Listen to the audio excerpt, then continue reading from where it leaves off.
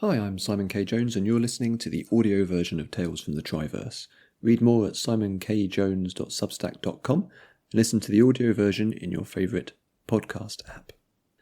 The Koth, Part 1. The Triverse is Mid-Earth, an alternate 1970s London. Max-Earth, a vision of the 26th century. Palinor, where magic is real. Early shift. On duty, DC John Callahan and DC Yannick Clark. London, 1972. July. The sweat soaked into Callahan's collar as he stood in line. He loosened his tie just a fraction. The waitress gave him a toothy smile, the styrofoam cups already melting into the tea. He slid the change across the counter. Nodding his thanks, he pushed the cup and saucer's door open with his shoulder. The street roared, the air thick and stinking. London, the kingdom of Great Britain's shining jewel, as long as you didn't think about the fumes or the crime or the filth. A tram rattled past, packed with commuters on their way to work. Somewhere beneath his feet the trains would be running on their endless circuits. Between the concrete and marble and brass walls, high above, an airship blocked his view of the sky as it drifted slowly on its moorings. Dodging a steam vent, he crossed the street to where Yannick waited in the car. One of the many perks of being in the force, your own automobile. Callahan couldn't deny that it had been one of the reasons he joined the police. Only the super rich and the authorities had cars, and he wasn't going to be super rich. Not in this life. Yannick pushed the passenger door open from the inside. Callahan lowered himself into the car carefully and passed one of the cups to the older detective. "You're a lifesaver," Yannick said, blowing gently on the tea. "Shift doesn't start until the tea goes down." Callahan always admired Yannick's ability to drink painfully hot liquid. Maybe it was a skill that came with age. "Only 9 hours left, John." Yannick took a sip, assessed it like it was a fine wine, and sighed contentedly. Callahan brought the cup to his lips and immediately burned himself.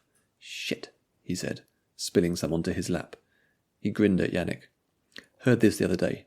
A Koth, an Ainfa, and a robot walk into a bar. The barman asks them what they want. The Koth eats the barman, the Ainfa hides in the rafters, and the robot falls over and its battery falls out." They sipped their teas.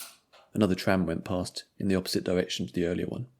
A couple of rickshaws trundled past, Callahan catching a glimpse of their drivers pedalling furiously. The city was already wide awake, on its way to work. The usual haze hovered above the street, lingering between the buildings. He could smell it. Yannick grunted. "That's not funny." "No, I know. Heard it off Holland." "Well, that explains it." They sat quietly, observing the street, sipping their drinks. There was the blast of a horn somewhere in the distance, from the direction of the river, pulling Callahan back to the moment. "Zara was telling me about the East End slums last night," he said. He liked relaying information from his fiancée to Yannick in the mornings. Her activism made him feel like a better person by proxy. "Did you know it's something like 40% Palinese occupancy now? Mostly Ainfa?" Yannick snorted and looked out of the car window. "Why would they want to come here?" "Persecution? I'm not sure. Zara knows more about it than me, but sounds like Palinor isn't all it's cracked up to be." "They've certainly got their issues," Yannick said, his soft laugh turning into a cough. "Haven't we all?" "Imagine having actual magic, though. All the good you could do. Click your fingers. Fix the world." Yannick laughed more and clapped Callahan on the shoulder with amusement, spilling yet more of his drink. "You're a dreamer, Callahan, and I like that. But you got a lot to learn. They got their magic. The Max-Earthers got their spaceships, and we got..." He waved his hand vaguely at the street beyond the windscreen. "We got a smog-filled shithole." Callahan said nothing, observing only Yannick's unfailing ability to turn any discussion into a lament for the state of the world. The man was in his 50s, he'd been in the force for his whole life, and was on the cusp of retiring with only 6 months left until he'd get his full pension. He underestimated himself, but nothing Callahan said could break through the cynicism. As if realizing he'd torpedoed the conversation before it got started, Yannick cleared his throat. "How's Zara doing anyway? She's still with the local council?" "Fighting the good fight," Callahan nodded. "Feels to me like she's trying to turn back the ocean, but it makes her happy. Trying to help people." "That's because you're both in your 20s, Yannick said. "You'll get over it." He finished the tea, crushed the cup, and stuffed it into the door's compartment alongside the previous month's supply. The radio crackled, drawing both their attention. Control to all units. Domestic disturbance reported at 344 Stirling Court, E13, over. Callahan glanced sideways at Yannick. What do you say? Shall we? Not really our remit, Callahan. It's just around the corner. We'll be there in 2 minutes. Not going to be anyone else closer. What do you say? For old time's sake? Turning the keys in the ignition, Yannick shrugged. Sod it. Let's go. Can pretend we're back in my glory days. Pouring his half-drunk tea out of the window, Callahan grinned. Thought he didn't have any of those. The car jerked away from the pavement, belching smoke from the exhaust on its roof. Callahan gripped onto the armrest as Yannick pushed them up through the gears, the engine thrumming away in the back. Yannick picked up the radio transmitter with one hand, the cord unwinding from the centre console. Control receiving Sierra Delta Charlie 3, over. Sierra Delta Charlie 3, go ahead, over. En route to E13, transit 2 minutes, over. Sierra Delta Charlie 3 acknowledged that 999 caller reported sounds of physical distress. Exercise caution, over. All received, Control. 90 seconds. Out. Reaching into his jacket's inside pocket, Callahan took out his badge and looped it around his neck. The feel of it, the metal of the Specialist Dimensional Command emblem, the leather of the mount, gave him power. It filled him with confidence, reminding him of everything he'd done to reach Detective Constable, everything he was going to do next. After we wrap this up, what do you say we get back on that missing person case? Whatever you say, partner, Yannick said, swerving the car between two trams, though I still don't see a way forward with it. We'll find something. Callahan was a dog chasing trams once he had a case. Unsolved wasn't in his vocabulary. They turned the corner into Stirling Road, part of a larger estate that mixed small, two-storey terraced housing with incongruous council tower blocks. The grass on the roadside was unkempt, overgrown and strewn with litter.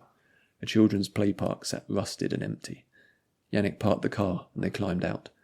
The city mumbled in the distance, the twisting pipes of downtown lifting above the rooftops like a metal leviathan, but Stirling Road was quiet. The sound of a door slamming shut echoed across the street.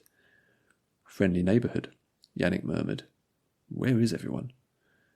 Guess they knew the fuzz was coming. Callahan straightened his tie. Let's go find 344 Stirling Court. He pointed at a tower block sat incongruously halfway along the street, sandwiched awkwardly between much shorter terraces. Bet you 50 quid it's up there. That's a bet I'd be losing, Yannick said, fixing his truncheon to his belt. Not worn this for a while. Like riding a bike, Callahan smiled. Let's go. Stirling Road gave the impression of being from another time, like wandering the ruined walls of a Roman town, except people still lived here. London surrounded it, but Stirling Road was its own little pocket universe. Callahan and Yannick walked the cracked pavement until they reached the tower, an anonymous off-white concrete slab affair. The entrance door was broken on its hinges, so they ignored the buzzer and headed straight for the stairwell. Never use the lifts in these places, Yannick said. Trust me.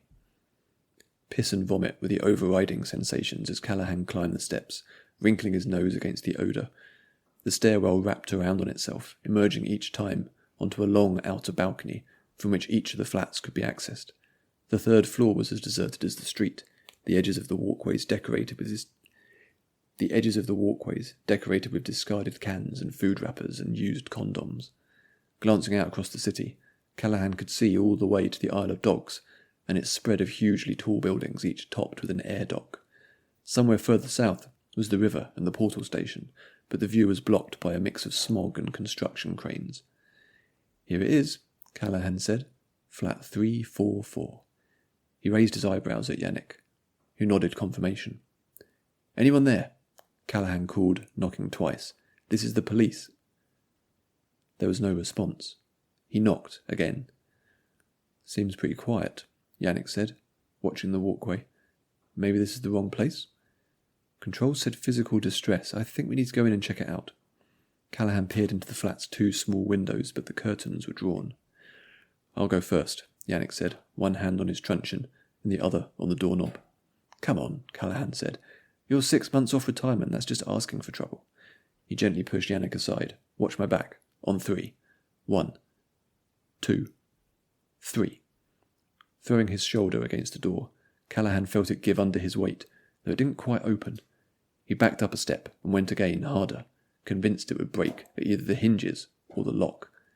He was right, and the battered, tired door fell into the flat. Callahan almost tumbled in with it, but was able to adjust his footing in time, moving into a low stance as he surveyed the dim, yellowed room, his own baton in his hand. There was an odd stench he didn't recognise. He barely had time to notice the upturned and smashed furniture, the dents in the walls and the torn carpet, before something long and black and sharp whipped out and seized him around the ankle. With a cry he was yanked across the room and thrown against the far wall. He felt it as a couple of ribs snapped under the impact. Before he hit the floor, he was flung again into the opposite wall, the back of his head colliding with the doorframe. A huge figure, bigger than it seemed could reasonably fit into the small flat, pinned him there, its body obsidian black, glassy and sharp, glinting in the light from the doorway. 2 horns atop its head and a long protruding snout on its face. Its eyes were red.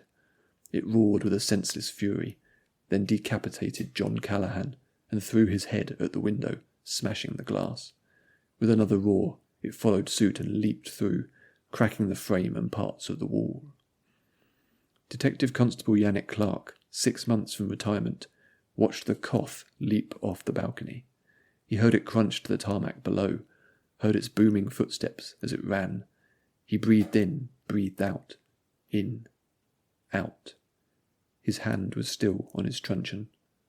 The lifeless eyes of Callahan stared up at him, from where his head nestled amongst the piss and vomit. Thanks for listening. A new chapter goes out on the newsletter every Friday.